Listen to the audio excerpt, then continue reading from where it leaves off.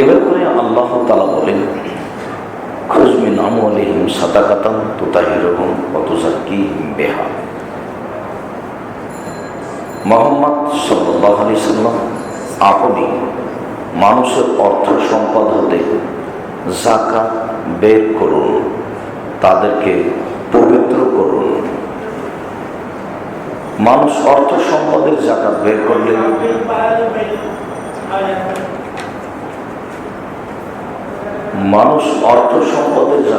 করলে মানুষ পবিত্র হয়। মুয়াজ্জিন সাহেব উনি কি বললেন কথাটা শোনা যায় না, তো এটা একটা ব্যবস্থা করেন। যাকাত শব্দের আবেদনিক অর্থ হলো বৃদ্ধি করা, বাড়ানো। শরীয়তের পরিভাষায় হকদারের নিকটে আপনার অর্থ সম্পদ হলে যাকাত বের করে পৌঁছিয়ে দেওয়া, এইটি আল্লাহ তাআলার আদেশ। আল্লাহ তাআলা বলেন, আকিমুস সালাত ওয়া আতুজ যাকাত। পৃথিবীর মানুষ, তোমরা সালাত আদায় করো এবং যাকাত প্রদান করো, এইটা আল্লাহর আদেশ। আমরা অবগত আছি, যেখানে আল্লাহ তাআলা সালাতের কথা বলেছেন, প্রায় সেখানেই যাকাতের কথা বলেছেন। যাকাত একটি ফরজ বিধান, মানুষ পালন করুক আর না করুক। আবু হুরায়রা রাদিয়াল্লাহু তাআলা আনহু বলেন, রাসূল সাল্লাল্লাহু আলাইহি ওয়াসাল্লাম বলেছেন, বুনিয়াল ইসলাম আলা খামস। ইসলামের ভিত্তি হচ্ছে পাঁচটি বড় বড় বিধানের উপরে ইসলাম নির্ভর করে। তার একটি হচ্ছে শাহাদাতে লা ইলাহা ইল্লাল্লাহ ওয়া আন্না মুহাম্মাদুর রাসূলুল্লাহ, এই বলে সাক্ষ্য দেওয়া যে আল্লাহ ছাড়া কোনো মাবুদ নেই, এই বলে সাক্ষ্য দেওয়া যে মুহাম্মদ আল্লাহর রাসূল। এইটা হলো এক। ইসলামের ভিত্তির সূচনা হচ্ছে স্বীকৃতি দেওয়া এক আল্লাহ বলে, আর মুহাম্মদ সাল্লাল্লাহু আলাইহি ওয়াসাল্লাম আল্লাহর নবী, আল্লাহর দাস, একজন মানুষ, এই বলে স্বীকৃতি দেওয়া, এটাই বিধান। এরপরে ওয়াইকামিস সালাত, সালাত আদায় করা। দুই, ওয়াইতাইজ যাকাত, যাকাত প্রদান করা। সিরিয়ালে 3 নম্বরে যাকাতের বিধান আল্লাহর নবী উল্লেখ করেছেন। 4, অসময়ে রমজান মাসের সিয়াম, যা অচিরেই আসছে। 5, হজ্জুল বাইত মান ইসতাতা ইলাইহি সাবিলা, সম্ভব হলে হজ পালন করা, যা সবার জন্য পরিবেশ পরিস্থিতি সহজ হয়ে ওঠে না। অত্র হাদিসে বোঝা যায় যে ইসলামের ভিত্তি হলো 5টি। এইরকম একটি হাদিস ওমর ইবনে খাত্তাব রাদিয়াল্লাহু তাআলা আনহু বলেন, কুননা ইনদান নবী সাল্লাল্লাহু আলাইহি সাল্লাম, বাইনামা ইনদান নবী সাল্লাল্লাহু আলাইহি সাল্লাম, আমরা একদা নবীর পাশে বসে ছিলাম। এখন যখন বসে আছি, এরকম একদা আমরা নবীর পাশে বসেছিলাম। ইসতালা আলাইনা রাজুলুন শাদীদু বাইতি সিয়াবে শাদীদু সাদি সাহরে লা ইরা আলাইহি আসারু সাফার ওয়া লা ইয়াযফু আহাদুম মিন্না। হঠাৎ একটা লোক আমাদের কাছে উপস্থিত হলো, যার গায়ে ছিল ধবধবে সাদা কাপড়, তার মাথায় ছিল কোঁকড়া কোঁকড়া কুচকুচে কালো চুল। তাকে আমরা চিনতেও পারছিলাম না, তাকে বিদেশি বলে মনেও হচ্ছিল না। যদি দূরের হয় তাহলে ভ্যান রিক্সা গাড়িতে এসেছে, কাপড় ভাঁজ ভাঁজ থাকবে, ধুলাবালি থাকবে, এরকম আমরা বুঝলাম না। তাকে দূরেরও মনে হয় না, এলাকার হলে চিনতে পারবো, চিনতেও পারি না। হঠাৎ আমাদের এখানে উপস্থিত হলো। মাথায় ছিল কুচকুচে কালো চুল, গায়ে ছিল ধবধবে সাদা কাপড়। জালাসা ইলা নবী সাল্লাল্লাহু আলাইহি সাল্লাম ফাসনাদা রুকবাতাইহি ইলা রুকবাতাইহি। লোকটি আল্লাহর নবীর পাশে গিয়ে বসলো, আল্লাহর নবীর হাঁটুর সাথে হাঁটু লাগিয়ে বসলো। আত্তাহিয়াত ও সালামের বৈঠকে আমরা যেভাবে বসি সেইভাবে বসলো। ফাওয়াজা কাফাইহা ফাঁকে যায়, তারপর তার দুই হাতকে রাসূলের উরু রানের উপরে রাখলো, রেখে বলছে আখবিরনি আনিল ইসলাম। মুহাম্মদ, আপনি আমাকে ইসলাম সম্পর্কে বলেন। আল্লাহর নবী তাকে জিজ্ঞাসা করলেন না আপনি কে, কোথা থেকে এসেছেন, খানা পানির কথা কিছু জিজ্ঞাসা করলেন না। আগন্তক বললেন মুহাম্মদ, ইসলাম কি জিনিস? তখন আল্লাহ নবী উত্তর বলতে লাগলেন। তিনি বলছেন ইসলাম হচ্ছে শাহাদাতে আল্লা ইলাহা ইল্লাল্লাহ ওয়া ইকামিস সালাত ওয়া ইতাইজ যাকাত ওয়া সাওম রমাজান ওয়া হজ্জুল বাইত মান ইসতাতা ইলাইহি সাবিলা। ইসলাম হচ্ছে আল্লাহ এক বলে সাক্ষ্য দেওয়া, মুহাম্মদ তার দাস বান্দা বলে স্বীকৃতি দেওয়া, সালাত আদায় করা, যাকাত প্রদান করা, সিয়াম পালন করা, সম্ভব হলে হজ করা।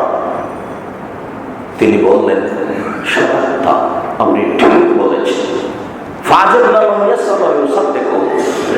যখন তিনি বললেন আপনি ঠিক বলেছেন, তখন আমরা অবাক হয়ে গেলাম। ব্যাপারটা কি? যিনি জিজ্ঞাসা করেন তিনি সত্যায়ন করেন। তিনি জানেন না বলেই তো জিজ্ঞাসা করছেন। তো যখন বলা হলো তখন তিনি কেন বলছেন যে আপনি ঠিক বলেছেন? জিজ্ঞাসা করা তো মানুষ জানে না, তাই জানতে চাচ্ছে। তো বলা যখন হলো তখন বলছে আপনি ঠিক বলেছেন। তো আমরা বুঝলাম যে তিনি নিজেও জানেন। আমরা অবাক হয়ে গেলাম, এইভাবে জিজ্ঞাসা কেন?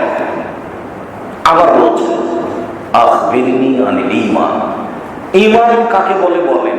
ঈমান আল্লাহ রাসূল বলতে লাগলেন আন তুমিনা বিল্লাহি ওয়া মালাইকাতিহি ওয়া কুতুবিহি ওয়া রাসূলিহি ওয়া তুমিনা বিল কদরি খাইরিহি ওয়া শাররিহি। ঈমান হচ্ছে আল্লাহকে না দেখে মেনে নেওয়া, এটার নাম ঈমান। ঈমান হচ্ছে ফেরেশতাগণকে না দেখে মেনে নেওয়া। ঈমান হচ্ছে সকল নবীকে নবী বলে মেনে নেওয়া। ঈমান হচ্ছে সব আসমানি কিতাব, কোরআন, তাওরাত, জাবুর, ইনজিল সবগুলো আল্লাহর কিতাব বলে মেনে নেওয়া। অবিল কদরি খাইরি ওয়া শাররিহি, ভাগ্যকে মেনে নেওয়া, ভালো মন্দ যা হবে তাকদীর, আপত্তি কিছু নেই। তবে দোয়াতে তাকদীর পরিবর্তন হয়, যা একাধিক দিন বলা আছে। দোয়াতে তাকদীর পরিবর্তন হয়। এই পর্যন্ত বলতেই আবারও বললেন ঠিক বলেছে। আমরা তো অবাক, এইটা কেন? আবার বলছেন আখবিরনি আনিল ইহসান। ইহসান একনিষ্ঠতা কাকে বলে? একনিষ্ঠতা খালেস অন্তরে ইবাদত করা, এইটা কি জিনিস? তখন আল্লাহ নবী বলছেন আনতাবুদাল্লাহ কান্নাকা তারাহু ফাইলাম তখন তারাহু ফাইন্নাহু ইয়ারাকা।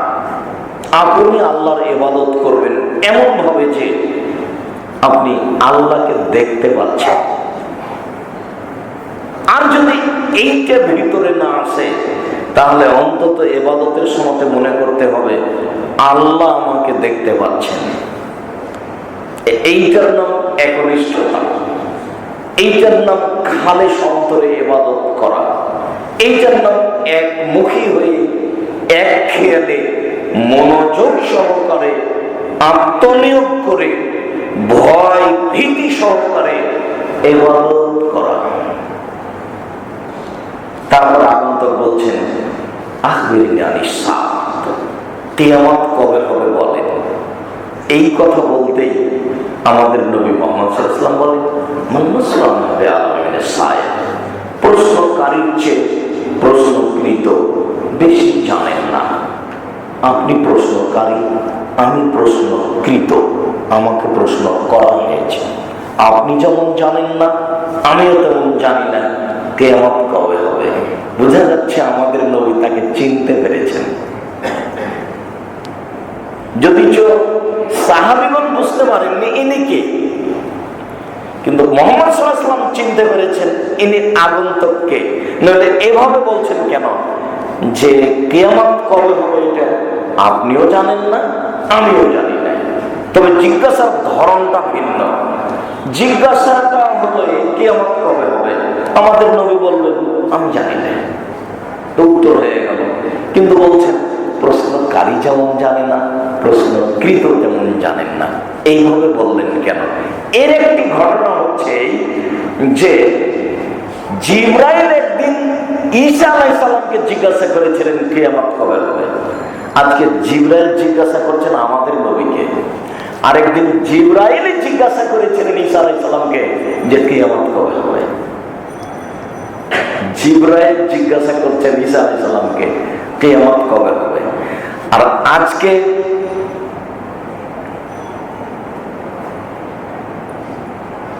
ঈসা আলাইহিস সালাম জিজ্ঞাসা করেছিলেন জিবরাইলকে, ঈসা আলাইহিস সালাম জিজ্ঞাসা করেছিলেন জিবরাইলকে যে কিয়ামত কবে হবে। আর আজকে জিবরাইল জিজ্ঞাসা করছেন আমাদের নবীকে কিয়ামত কবে হবে।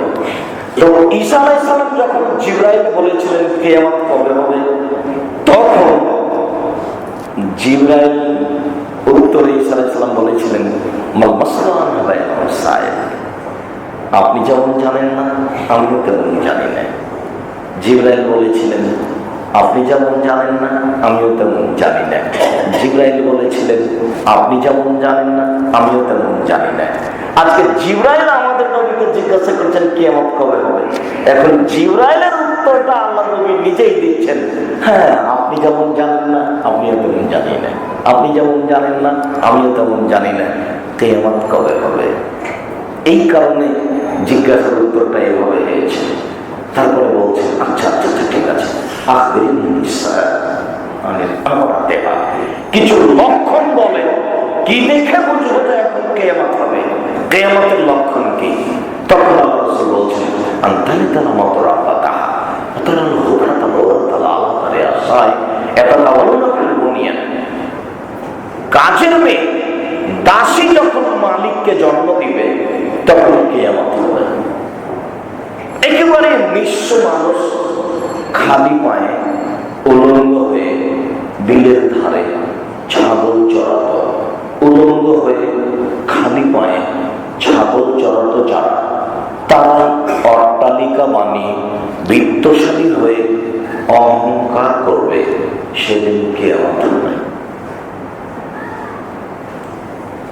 এইটুকু লক্ষণ আল্লাহ নবী এই বৈঠকে বললেন। কাজের মেয়ে মালিককে জন্ম দিবে, দাসী মালিককে জন্ম দিবে, এর অর্থ হলো মানুষ যেদিন বাপ মায়ের সাথে খারাপ আচরণ করবে, দাস দাসীর কাজের মেয়ের আচরণ করবে, বা যেদিন বাপ মা ছেলে মেয়ে ছেলে বৌমার কাজ করবে, সেদিন কিয়ামত হবে। এখন স্বাভাবিকভাবে বৌমা স্কুল কলেজ ব্যাংকে চলে যায়, শাশুড়ি কাপড়টা খেঁচে শুকাতে দেয়, তাতে বোঝা যায় অনেকখানি মা কাজের মহিলা, তাই মনে হয়, পরিস্থিতি তাই। অবশ্য আমার বাসাতে যখন আমার মা আসেন তখন আমার মাকে বলি যে রুটি বানিয়ে দিতে হবে আমাকে। আমার মা রুটি বানাই, চাপাই নবাবগঞ্জের মহিলা, ওই রুটিতে স্বাদ বেশি। আমার বাসায় আমার মা আসলে এইটা কাজ করা লাগে। আমরা সবাই অপেক্ষায় থাকি আমার মা কখন রুটি বানাবে, এইটা আমাদের স্বাদ। এইটা কাজ আমার মা নিজে থেকে স্বেচ্ছায় করে দেয়। দেরি হলে আমরাই বলি আম্মা রুটি বানিয়ে দেন, হাতে রুটি, যেটা চাঁপাইনবাবগঞ্জ ছাড়া অন্য কোনো ডিস্ট্রিক্টে হয় কিনা তা আমার জানা নাই। মা খুব স্নেহ করে ছেলে মেয়ের জন্য কিছু করেছে, সেটা ভিন্ন জিনিস। যেটুকু মাকে করা লাগছে বেটা বৌমা এইটুকু থেকে বিরত থাকতে হবে। তাকে করা লাগবে কেন? এই সুযোগ যেন আপনার না থাকে, তাহলে বুঝতে হবে এটা